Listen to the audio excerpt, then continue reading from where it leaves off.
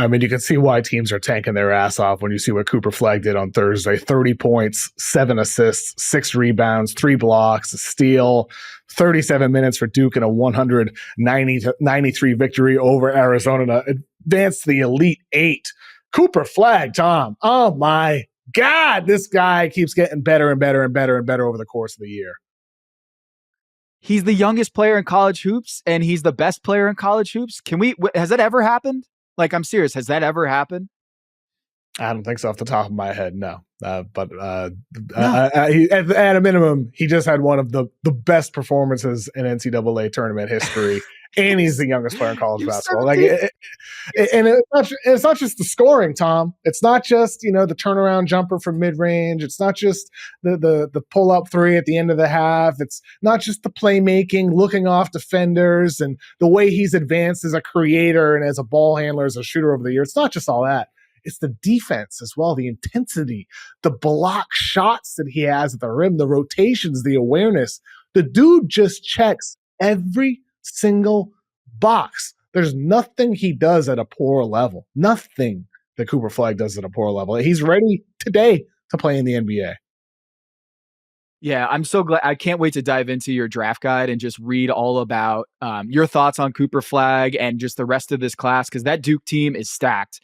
I was so bad. My bracket is so busted, but I did pick Duke to win it all. And watching that game and pieces of it, dude, I'm not going to say that they could beat the Wizards, but that team has a lot of NBA talent on it. They're well coached, and Cooper Flagg, is he, I think Cooper Flagg in a game against the Wizards, he's the best player on the floor. I think he's the best player on the floor right now.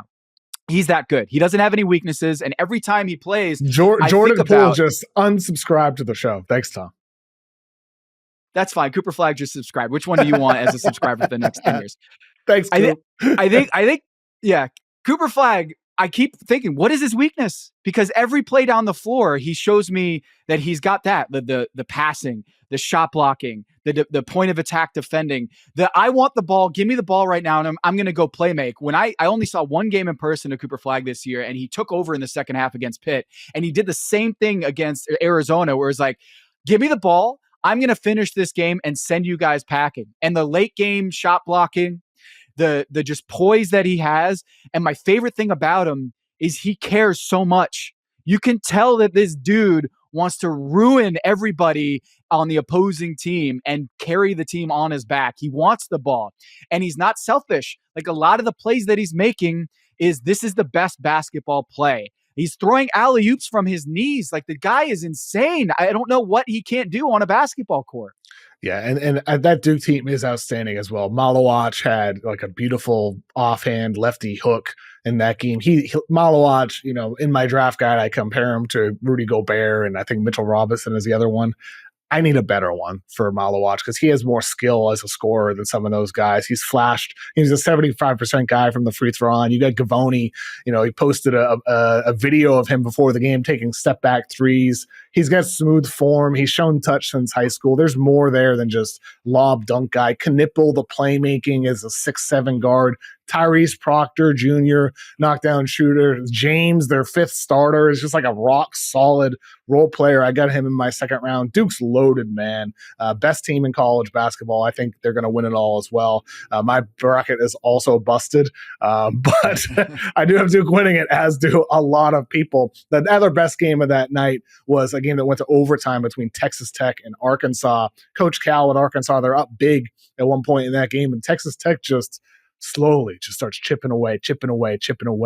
And then Darion Williams, who really had a poor game scoring, just starts catching fire at the end, post-ups. He hits a huge three, ties the game at the end of regulation. Overtime, he hits the go-ahead shot as well.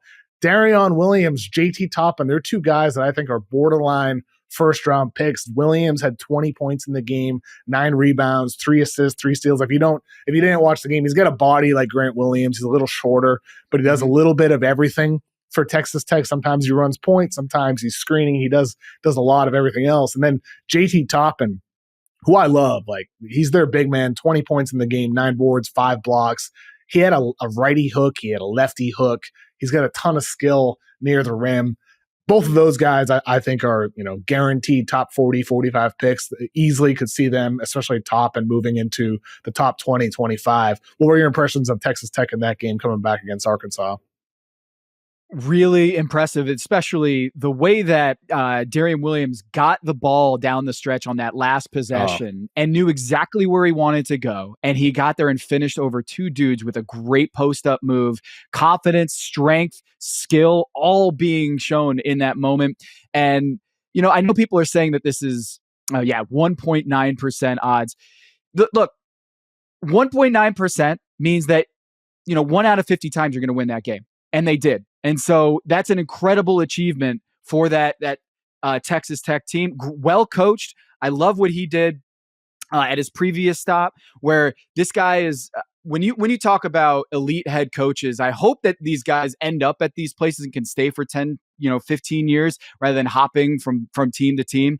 Because I feel like Texas Tech, the way that they played down the stretch, this is a team that can win it all. And if they don't face Duke and they're able to do this consistently, Darian Williams and JT Toppin just took over there down the stretch. And you said Grant Williams.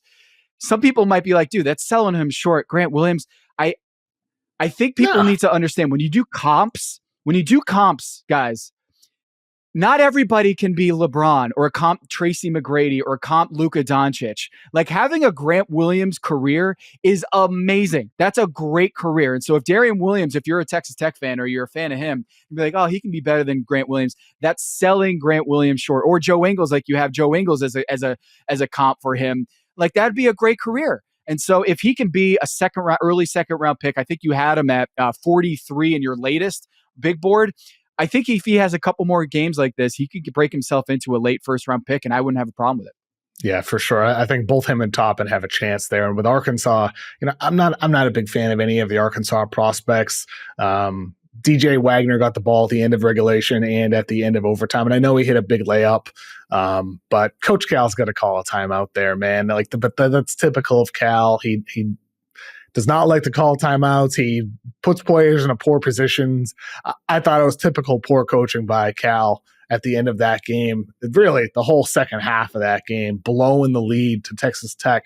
That's not to take anything away from Texas Tech, but Cal got completely outcoached. Texas Tech got whatever they wanted on the floor, and I felt like Arkansas made zero adjustments in that second half of their lead, just got blown. And again, that's typical. And by the way, Boogie Fland, Verno mentioned him to me earlier in the week on the pod, plays only 9 minutes in the game. And I know he's just coming back from injury, so there might be reason there, but two of your best prospects, Thero playing only 5, Fland playing only 9, I like he's sometimes last year he's playing DJ Wagner ahead of Reed Shepherd and ahead of Rob Dillingham, and he's doing it again.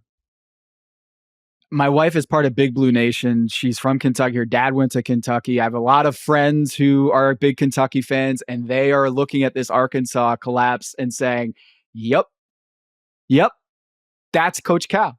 That's the Calipari we know and love for the last 5 years, is the lack of adjustments, the weird substitution patterns, and you get a lot of talent and you're not able to translate that talent in big moments. And so I know a lot of people, my phone was blowing up last night of my friends. My wife this morning, when I saw her this morning after work, I was like, oh, did you see that Arkansas game? And she's like, yep. As long as Coach Cal doesn't go as far as Kentucky, I'm happy. And that's the story for a lot of Kentucky fans this morning. Yeah, and to be clear, I know Ado's coming back from an injury, and that's why he played only 5 minutes. But still, it's just disappointing to see. The earlier games were a lot less exciting. Florida beat Maryland 87-71. Derek Queen, the top draft prospect in that game, had 27 points, was really poor defensively. Not a great showing from him on that end of the floor, but he did show out offensively. And then Alabama, Mark Sears. I mean, oh my God. A 113-88 victory for Bama in that game over BYU. And Mark Sears has 34 points behind 10 3-pointers, Tom. He was not missing. It was incredible seeing that little guy take all those threes and make them all. Yo, shout out to Kendall Baker, who does the Yahoo Sports newsletter. You got to subscribe to it, Yahoo Sports AM. The stat that he dropped in this newsletter, I was reading it this morning. Crazy but true. If Alabama hadn't made a single 2-point field goal the entire game, they still would have won because they had 25 3-pointers and 18 free throws. That's nuts. That's an incredible stat. I can't remember anything like that happening where you're so hot from three and you get those free throws. You didn't even need to make a basket inside the arc for you to win the game. So shout out to Kendall, an amazing stat. And with BYU, I hope a lot of those guys go back. I mean, I love Richie Saunders. He's their guard, two guard. I think he's a late first round pick, early second round guy. But I hope they go back because Yegor Demon needs more time. He needs more time. He needs to learn how to shoot. He needs to improve his creation. And the way to do that is to play with an elite player. They have AJ DiBonsa going to BYU next year, going to play his freshman year there. If you bring AJ DiBonsa, a great shot creator, a guy who can get anywhere on the court, and you fix a lot of BYU's issues.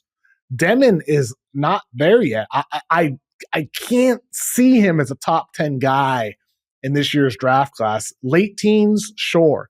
20s, yes. But top 10, I can't get there with Demon. I know he's 6'9". I know he can pass. There's shades of Josh Giddey with him. But like Giddey, he needs to improve a lot as a shooter. And in this year's class, which is pretty deep in the lottery, I hope Demon goes back to school. I hope Saunders goes back. And I hope they team up with AJ DiBonsa and come back a lot better next year, Tom, because those guys aren't ready. Well, Saunders could be, but I think he'll play his fourth year there. Yeah, I remember talking to Jeff Teague one time, and he's just like, man, it's so crazy how much of your decision, his brother Marquise Teague at Kentucky, how much of your decision is about the next class coming in, and how maybe guys like him are like looking at all the talent coming through and wondering, am I going to be able to boost my draft stock in the same way that like Marquise Teague is looking through an incredible class coming at Kentucky, and it's just like, I gotta go. I gotta go to the league. Like, what if I just don't get the ball and I'm not getting the touches that I need to improve my draft stock? And on the other side, I'd imagine you'd be like, hey man, you're going to look a lot better next to a guy like AJ DiBonsa, and all the attention that he's going to get, it's going to free up your game to do a lot more.